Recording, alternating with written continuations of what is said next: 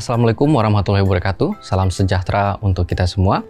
Perkenalkan, saya Aji Lukman Ibrahim, dosen Fakultas Hukum UPN Veteran Jakarta yang mengampu mata kuliah praktek hukum. Pada pertemuan kali ini, saya akan membawakan materi mengenai alur peradilan perdata. Adapun maksud atau tujuan dari mempelajari mata kuliah ini yaitu mahasiswa dapat memahami dan menguasai prosedur dan tata cara persidangan peradilan perdata. Nah, bisa dilihat di alur bagan ini. Yang pertama adalah sidang pertama, hakim membuka sidang. Ya, ini dengan catatan semua pihak hadir.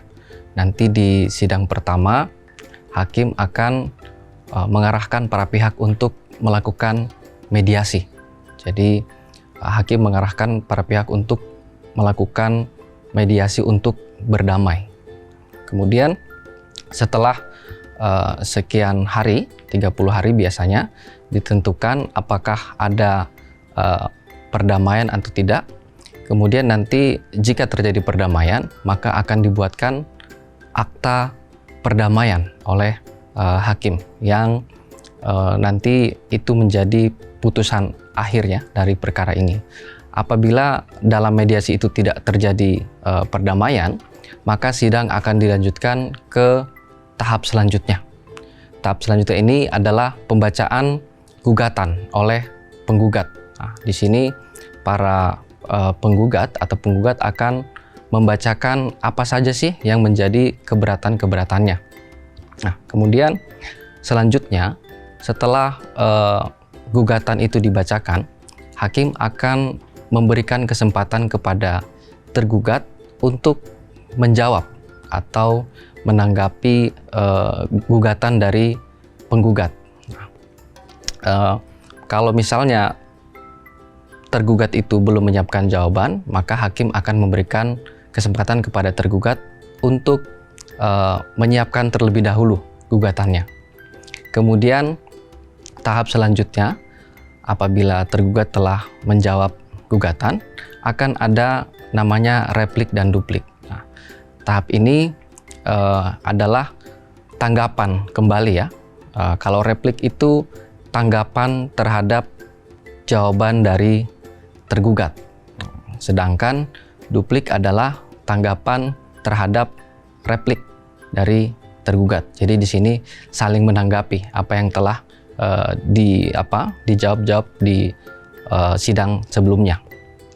Kemudian setelah replik dan duplik ini akan ada tahap pembuktian ya.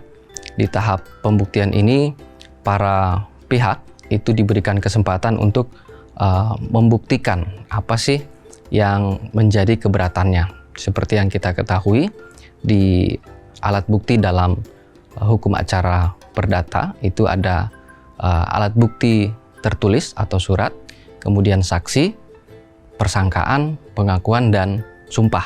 Nah, beberapa alat bukti inilah yang akan disampaikan pada saat pembuktian, sidang pembuktian. Nah, kemudian setelah masing-masing pihak diberikan kesempatan untuk membuktikan, akan ada di tahap selanjutnya yaitu kesimpulan.